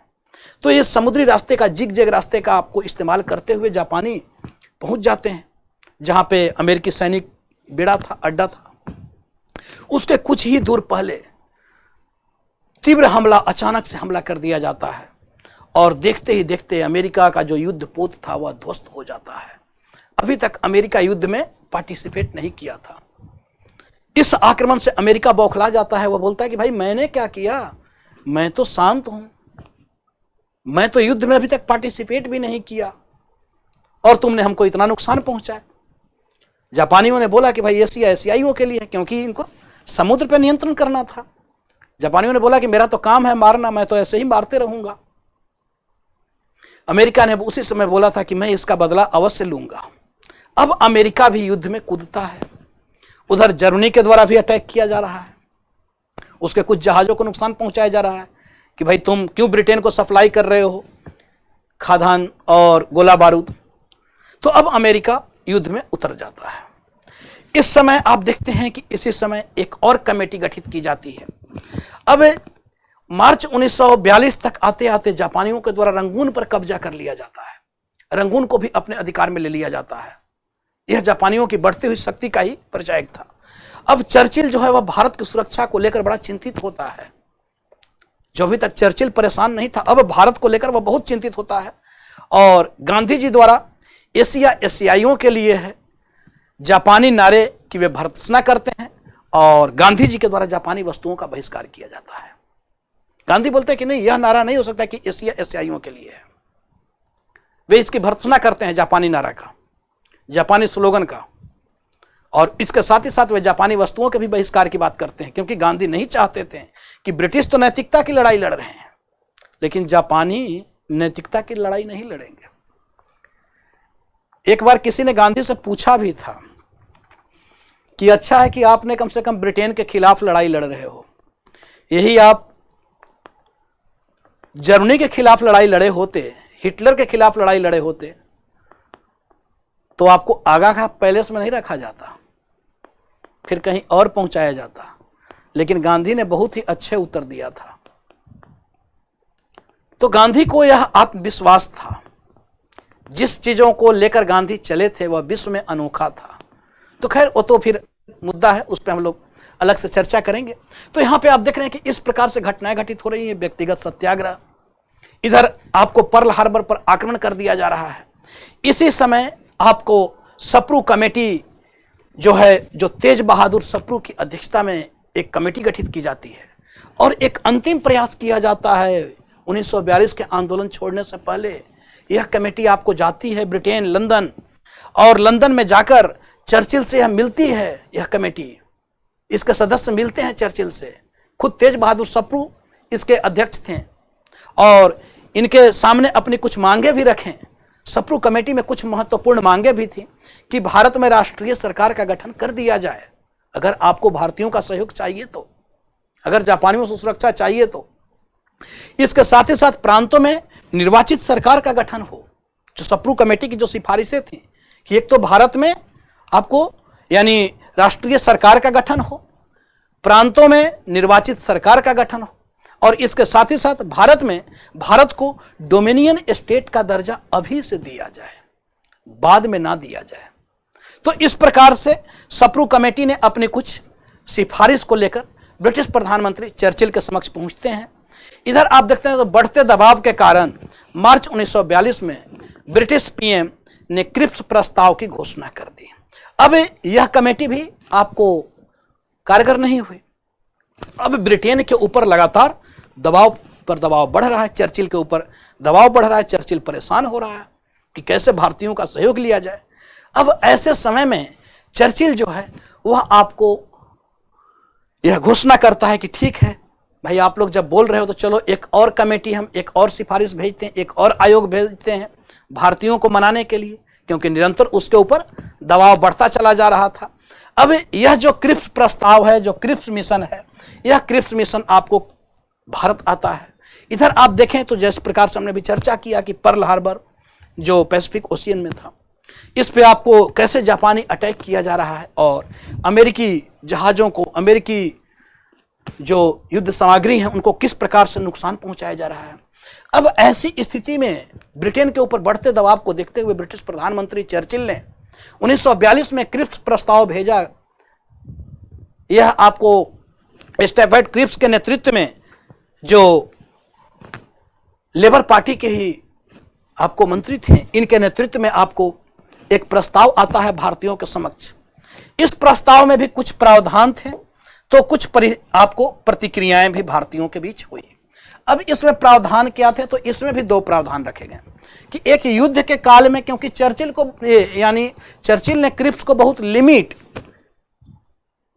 आपको यानी अधिकारों के साथ भारत भेजा था, बहुत ज्यादा अधिकार था नहीं। इसलिए नेहरू ने बोला था कि क्रिप्स जो है वे शैतान के दूत बनकर भारत आए हुए हैं। तो गांधी ने इनके प्रस्ताव को बोला कि यह तो पोस्ट डेटेड चेक लेकर आप आए हो, उत्तर तिथि चेक जो आगे भविष्य में अकाउंट में पैसा आएगा, तो एक भविष्य वाली घोषणा आप क्यों लेकर आए हो? इसलिए नेहरू ने इन्हें शैतान का दूत बोला। तो यहां पे आप देखते हैं तो यह जो घोषणाएं क्या थी, तो एक तो युद्धकालीन कि भारत की रक्षा का दायित्व ब्रिटिश सरकार के पास रहेगा, यह बोला गया इस क्रिप्स प्रस्ताव में कि भारत की जो रक्षा का जो दायित्व है, यह रक्षा का दायित्व आपको ब्रिटिश सरकार के पास ही बना रहेगा। इसके साथ ही साथ इसमें घोषणा हुआ कि सरकार के भौतिक और सैनिक यह दोनों ही संसाधनों का उपयोग जो है वह सिर्फ फासिस्ट शक्तियों को रोकने के लिए किया जाएगा। जिस क्रिप्स मिशन में घोषणा आपको युद्ध के काल में की जा रही है, तो इसमें पहली कि भारत की रक्षा का जो दायित्व है वह दायित्व अभी सौंपा नहीं जाएगा किसी को, बल्कि वह दायित्व ब्रिटिश सरकार के पास ही रहेगी। दूसरा, भारतीय संसाधनों का जो उपयोग है, चाहे वह भौतिक संसाधन हो या सैनिक हो, शक्ति हो, इन सब का उपयोग सिर्फ फासिस्ट शक्तियों को रोकने के लिए किया जाएगा, साम्राज्यवादी अभियान के लिए नहीं किया जाएगा। तीसरा इसमें था कि युद्ध काल में भारतीय नेता, आप देख रहे हैं कि जो युद्ध चल रहा है, अब भारत की स्थिति बहुत अलग हो चुकी थी। युद्ध के समय में भारतीय नेता जो है वे अंतर्राष्ट्रीय स्तर पर बुलाए जा रहे हैं और स्वतंत्र हैसियत से बुलाए जा रहे हैं। तो अब इनकी एक अलग पहचान थी। ब्रिटिश की सबसे ज्यादा बेचैनी इस बात को लेकर थी। इधर युद्धोपरांत क्या कि युद्ध के बाद क्या क्या दिया जाएगा, जिसे पोस्ट डेटेड चेक कहा गया, तो देशी रियासतों को मिलाकर भारत संघ का निर्माण किया जाएगा, जो क्रिप्स मिशन में आपको घोषणा किया जा रहा है। भारत का दर्जा जो है डोमिनियन स्टेट का होगा, दे दिया जाएगा। आगे संविधान सभा का गठन प्रांतीय विधानसभा एवं रियासतों के नामांकित प्रतिनिधियों के द्वारा किया जाएगा। अब यह जो नामांकित हैं, यानी रियासतों के प्रतिनिधि कैसे होंगे नामांकित? कांग्रेस ने इसका विरोध करेगा। कांग्रेस विरोध करेगी कि कांग्रेस बोलेगी कि भाई संविधान सभा का गठन प्रांतीय विधानसभा एवं रियासतों के चयनित प्रतिनिधियों के द्वारा किया जाए, न कि नामांकित। पाकिस्तान की मांग व्यवहारिक नहीं है, माना तो गया, लेकिन प्रत्येक प्रांत को यह बोला गया कि उन्हें अलग संविधान बनाने का अधिकार होगा। तो एक प्रकार से अभी वीटो पावर है, क्योंकि यह जानबूझकर भेजा गया है। अब यह इतना ही नहीं, देशी रियासतों को भी यह अधिकार दिया जा रहा है कि वह चाहें तो भारतीय संघ में रहें और न चाहें तो न रहें।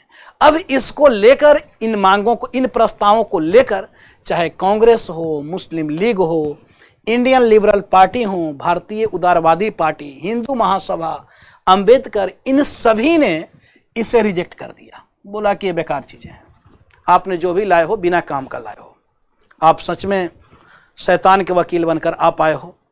उत्तर तिथि चेक कोई गलत नहीं है। अब यहां पे आप देखते हैं तो इसको लेकर, यानी यह जो घोषणाएं हैं, जो क्रिप्स प्रस्ताव जो आई, इसको लेकर आपको कांग्रेस के साथ साथ सभी वर्गों ने, सभी लोगों ने, भारतीय लोगों ने भी इसे आपको इस प्रस्ताव को खारिज कर दिया। कांग्रेस का प्रस्ताव को खारिज करने के पीछे क्या उद्देश्य था? तो प्रांतों और रियासतों को अलग अधिकार नहीं होगा। कांग्रेस का यह मानना था कि जो प्रांत हैं और जो रियासत हैं उन्हें अलग अधिकार नहीं हो। दूसरा, कांग्रेस का यह भी मानना था कि रियासतों के प्रतिनिधि नामांकित ना हो, बल्कि रियासतों के प्रतिनिधि चयनित हों। डोमिनियन स्टेट की जो बातें की गई कि डोमिनियन स्टेट का दर्जा दिया जाएगा, तो कांग्रेस ने बोला कि यह तिथि आप घोषित करो कि यह दर्जा कब दी जाएगी। सिर्फ कहने से नहीं चलेगा, बल्कि आपको यह तिथि घोषित करना होगा और निर्धारित तिथि आप बतलाओ कि कब आपको डोमिनियन स्टेट का दर्जा दिया जा रहा है। मैं युद्ध में साथ देने का तैयार हूं। साथ ही साथ इसमें वयस्क मताधिकार की बात कांग्रेस ने कही। कांग्रेस ने बोली कि इसके साथ ही साथ एक बात और ध्यान रखो कि आप वयस्क मताधिकार की बात इसमें चलेंगे, यानी वयस्कता के आधार पर ही मताधिकार होगा। अब मुस्लिम लीग ने इसका क्यों विरोध किया, इस क्रिप्स मिशन का? तो इसमें पाकिस्तान की मांग स्वीकार नहीं की गई, क्योंकि इसमें देख रहे हैं कि पाकिस्तान की मांग को व्यवहारिक नहीं माना गया। तो मुस्लिम लीग बोला कि तो ऐसे ही बेकार हो गया, जिस चीज के लिए हम लोग लड़ाई लड़ रहे हैं उसको आपने एक्सेप्ट ही नहीं किया। तो इसमें पाकिस्तान की मांग स्वीकार नहीं की गई। प्रांतों को पृथक संविधान बनाने का अधिकार जो दिया गया, इसको भी मुस्लिम लीग ने विरोध किया। बोला कि यह अधिकार प्रांतों को नहीं होना चाहिए, फिर पाकिस्तान का निर्माण कैसे होगा? तो इसलिए मुस्लिम लीग ने इसको अस्वीकार किया। देसी रियासतों को संदर्भ में भी मुस्लिम लीग का यह मानना था कि देसी रियासतों को भी अलग होने का अधिकार नहीं होना चाहिए, यह तो हमारे ऊपर निर्भर करेगा। तो यहां पे यह माना गया कि अगर देसी रियासतों को अलग होने का अधिकार होगा, दिया गया, तो यह हिंदुओं के तानाशाही को आमंत्रित कर देगा। इसलिए मुस्लिम लीग इसका विरोध करता है।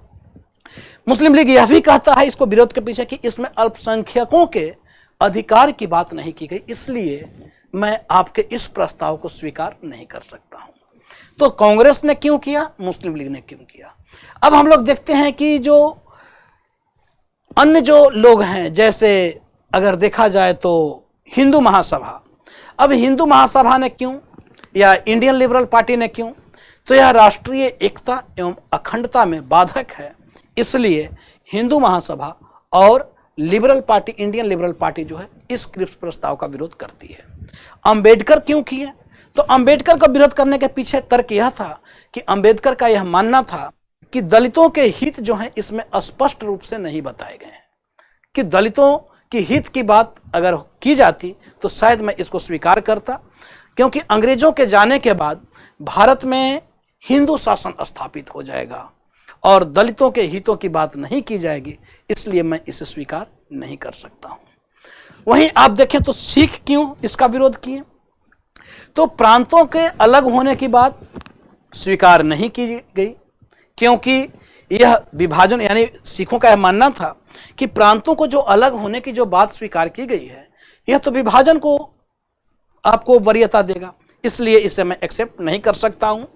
दूसरा, सिखों के लिए सांप्रदायिक निर्वाचन रहना चाहिए, यह बातें इसमें नहीं की गई, इसलिए मैं इसको स्वीकार नहीं करता हूं। तो इस प्रकार से आप देखते हैं कि इस क्रिप्स प्रस्ताव को लेकर अलग अलग प्रतिक्रियाएं भी हैं, इसमें प्रावधान भी हैं, तो इसको लेकर प्रतिक्रियाएं भी हैं। यह क्रिप्स प्रस्ताव भी आपको भारत तो आया, लेकिन यह क्रिप्स प्रस्ताव भी आप देखते हैं कि असफल हो जाता है और यह किसी को भी खुश करने का काम नहीं कर पाता है। तो इस तरीके से चाहे कांग्रेस हो, मुस्लिम लीग हो, या जो भी हो, हिंदू महासभा हो या सिख हो, इन सबों ने, अंबेडकर हो, दलित पार्टी हो, इन सबों ने इसे रिजेक्ट कर दिया। अब हम लोग देखते हैं तो इसके बाद, इस क्रिप्स प्रस्ताव के बाद कुछ स्थितियां ऐसी भयानक हुई कि द्वितीय विश्व युद्ध निरंतर बढ़ता चला जा रहा है, कीमतें आसमान छूते चली जा रही हैं, कालाबाजारी बढ़ता चला जा रहा है, भारतीय सैनिकों के साथ दुर्व्यवहार दिन प्रतिदिन होता चला जा रहा है, क्योंकि उन्हें भी वह सम्मान प्राप्त नहीं होता था जो ब्रिटिश सैनिकों को होता था। अनिवार्य सैनिकों की भर्ती की जा रही है, जबरन सैनिक सेवा में उन्हें नियुक्त कर दिया जा रहा है, जिससे भारतीय लोगों के द्वारा विरोध किया जा रहा है, कांग्रेस के द्वारा विरोध किया जा रहा है। जापान जो है वह निरंतर तेजी से भारत की ओर बढ़ता चला आ रहा है, उसे रोकने वाला कोई नहीं है। क्रिप्स प्रस्ताव भी असफल हो चुका, तो अब ऐसी स्थिति में आखिर क्या बचा था?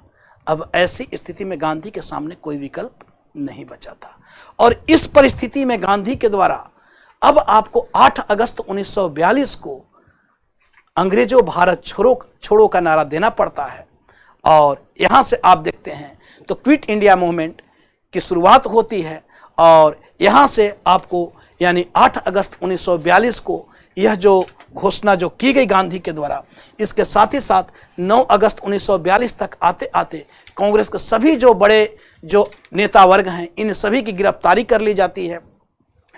10 फरवरी 1943 को आपको यानी आप देखते हैं कि सुमति गांधी जी जो हैं वे, क्योंकि गांधी की गिरफ्तारी अर्धरात्रि को ही, इसे आपको मिड आवर आंदोलन भी कहा जाता है, क्योंकि 12 बजे रात्रि के बाद ही 8 अगस्त 1942 को जब भारत छोड़ो आंदोलन की घोषणा की जाती है, तो उसके पहले ही यानी सुबह उसी रात 9 अगस्त से पहले ही 8 अगस्त को मध्यरात्रि को ही कांग्रेस के सभी उच्च स्तर के जो नेता थे, उन सभी नेताओं की गिरफ्तारी प्रारंभ कर दी जाती है। सभी नेताओं की गिरफ्तारी हो जाती है, जिसमें आप देखते हैं कि यह आंदोलन जो है वह आंदोलन अब नेतृत्व विहीन आंदोलन के रूप में प्रारंभ होता है, स्वतः स्फूर्त आंदोलन के रूप में प्रारंभ होता है, क्योंकि गांधी ने इस आंदोलन को लेकर शक पहले ही व्यक्त कर दिया था और उन्होंने बतलाया था कि हो सकता है इस यानी आंदोलन की शुरुआत की सुबह हम लोग ना देख पाए, क्योंकि हो सकता है ब्रिटिश सरकार के द्वारा यहाँ पे सभी नेताओं की गिरफ्तारी कर ली जाए। इसलिए सभी व्यक्तियों से यह अनुरोध है कि आप अपने अंतरात्मा की आवाज को सुने और उस अंतरात्मा की आवाज को लेकर आप आंदोलन को जारी रखेंगे। और आंदोलन तब तक जारी होना चाहिए जब तक कि स्वतंत्रता न मिल जाए। और इसके लिए अब आपके सामने एक ही मात्र मंत्र है, और वह है करो या मरो, डू एंड डाई। और इसके बाद यहाँ से आंदोलन की शुरुआत होती है। यह आंदोलन इसलिए महत्वपूर्ण है क्योंकि इस आंदोलन में समाज के सभी वर्गों की भागीदारी थी। इसमें आप देखें तो मुस्लिम लीग ठीक है उसमें पार्टिसिपेट नहीं किया, लेकिन बहुत सारे मुस्लिमों ने भी इसमें पार्टिसिपेट किए थे। इसके साथ ही साथ सभी वर्गों का इसमें नेतृत्व आपको पार्टिसिपेट मिला। यह नेतृत्व विहीन आंदोलन होने के बावजूद भी समस्त भारतीय क्षेत्रों में फैल गया। इस आंदोलन को आप देखते हैं कि जब 10 अगस्त 1942 को गांधी जी के द्वारा 21 दिन का उपवास रखा जाता है, उनके उपवास को लेकर राष्ट्रीय स्तर पर ही नहीं बल्कि अंतर्राष्ट्रीय स्तर पर भी इसकी भर्त्सना की जाती है। और आपको ब्रिटिश सरकार में जो सहयोगी थे, जिसमें MSNE, जिसमें NR सरकार, जिसमें HP मोदी, इन लोगों ने जो कांग्रेस यानी जो गवर्नर जनरल के कार्यकारिणी परिषद में थे, इन लोगों के द्वारा रिजाइन दे दिया जाता है। इसके साथ ही साथ चर्चिल यह घोषणा करता है कि जब विश्व में हम युद्ध को जीत रहे हों तो ऐसे समय में एक बूढ़ा व्यक्ति, और इस व्यक्ति के हाथों हम इस व्यक्ति की बातों को हम मान लें और इसे स्वीकार कर लें और भारत को हम आज़ाद कर दें, ऐसा जीते जी कम से कम मैं तो नहीं कर सकता हूं। क्योंकि मैं इसलिए ब्रिटेन का प्रधानमंत्री नहीं बना हूं कि ब्रिटेन का प्रधानमंत्री बनकर और ब्रिटिश साम्राज्य का मैं विभाजन कर दूं।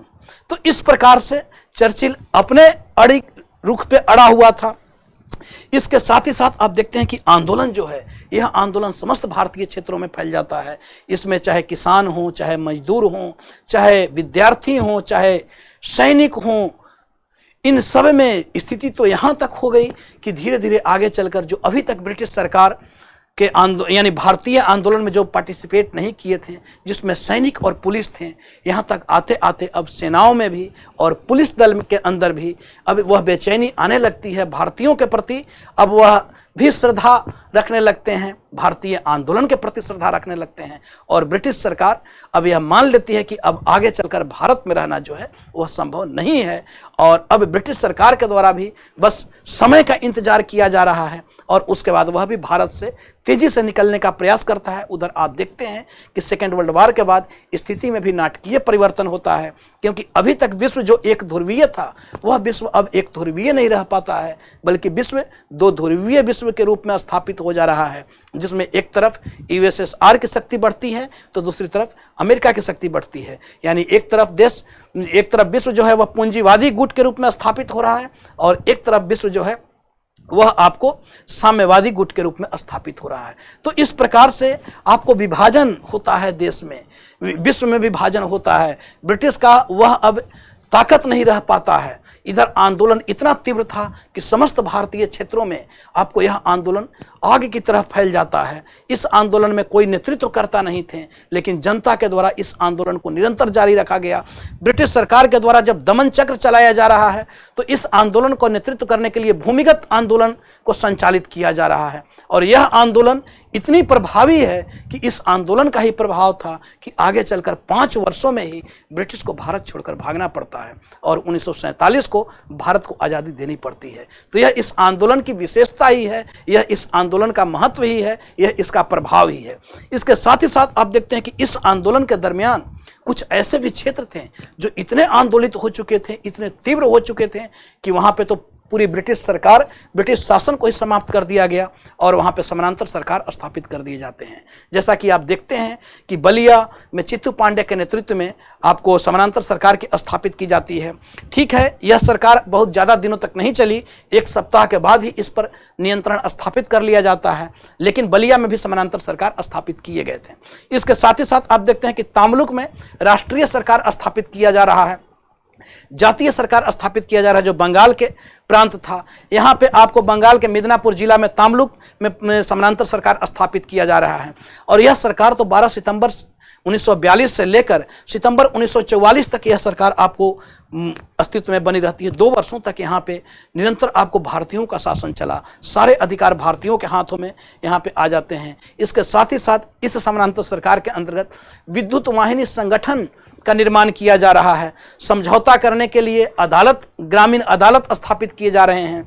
धनी लोगों को के अतिरिक्त धन जो है वे गरीबों में बांटे जा रहे हैं। यानी एक प्रकार से जो गांधी की जो संकल्पना थी, वह गांधी की संकल्पना इस समानांतर सरकार में देखने को मिलता है। इसके साथ ही साथ आप देखते हैं कि सतारा में, महाराष्ट्र में भी आपको समानांतर सरकार स्थापित किया गया। और यह जो समानांतर सरकार है, जो वाईवी चौहान के नेतृत्व में जो एक बहुत बड़े नेता थे, उनके नेतृत्व में आपको सतारा में, महाराष्ट्र में समानांतर सरकार स्थापित किया गया। इसके साथ ही साथ यहाँ पे गांधी विवाहों का आयोजन किया जा रहा है, जो सतारा की जो सरकार है। तो इस प्रकार से एक प्रश्न यहाँ पे पूछा हुआ था कि आंध्र रियासत का राज्य जो है वे आपको, राज्य का संविधान गांधी जी के द्वारा तैयार किया गया था। तो एक बार प्रश्न यहाँ पे आया हुआ था प्रारंभिक परीक्षा में कि किस रियासत के राज्य का संविधान को आपको गांधी जी के द्वारा तैयार किया गया था। तो आंध्र एक रियासत है जिसके संविधान को गांधी जी के द्वारा तैयार किया गया था, क्योंकि वह रियासत आपको कांग्रेस के साथ बहुत घनिष्ठता से जुड़ी हुई थी। तो इस प्रकार से यह जो आंदोलन है, यह आंदोलन व्यापक तीव्र हो जाता है। इस आंदोलन में जहां गांधी को आपको आगा का पैलेस पूना में रखा जाता है, वहीं नेहरू को अल्मोड़ा जेल में रखा जाता है उत्तराखंड में, आजाद को बांकुड़ा जेल में आपको कैद कर लिया जाता है। उधर आप देख रहे हैं कि भूमिगत आंदोलन आपको चलाया जा रहा है, जिसमें कुछ महिलाओं की भी महत्वपूर्ण भूमिका रही, जिसमें उषा मेहता को आप देख सकते हैं, अरुणा असफ अली देख सकते हैं, लोहिया को आप देख सकते हैं, सुचेता कृपलानी को आप देख सकते हैं। तो इन लोगों के द्वारा आपको भूमिगत आंदोलन चलाया जा रहा है। इस प्रकार से यह आंदोलन निरंतर चलती रहती है और यह आंदोलन इतना व्यापक हुई कि इस आंदोलन को देखकर ब्रिटिश सरकार घबरा जाते हैं। इसके साथ ही साथ कुछ जगह पे हिंसक घटनाएं घटित हुई, जैसे बिहार के संदर्भ में आप देख सकते हैं कि इसी आंदोलन के दरमियान पटना गोलीकांड होता है, जिसमें सचिवालय पर झंडा फहराने के लिए भारतीय जो छात्र थे, उन युवा छात्रों ने अपनी आत्म बलिदानी दी और स्वतंत्रता के उस प्रतीक को फहरा कर ही दम लिया। तो इस प्रकार से इस आंदोलन के दरमियान कुछ बहुत सारी ऐसी घटनाएं भी घटित हुई, जिसको आप देख सकते हैं कि यह कितना ही हृदय विदारक घटना के रूप में रहा है। अब इस आंदोलन के स्वरूप को लेकर कुछ प्रश्न चिन्ह यहाँ पे उठते रहते हैं कि इस आंदोलन का स्वरूप क्या था।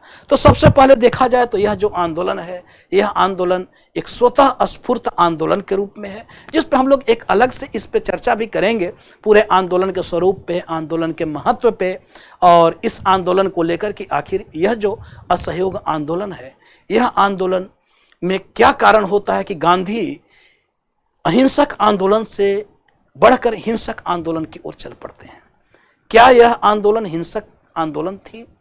हिंसक आंदोलन तो अवश्य है, लेकिन क्या इस हिंसा के लिए गांधी जिम्मेदार थे, कांग्रेस जिम्मेदार थे, या जिम्मेदार कौन था? तो इसको लेकर भी प्रश्न यहाँ पे उठते रहते हैं।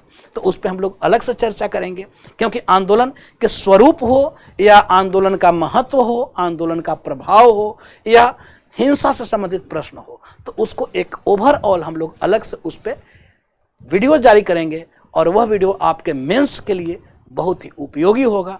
तो आज के लिए इतना ही, तब तक के लिए थैंक यू, बहुत बहुत धन्यवाद।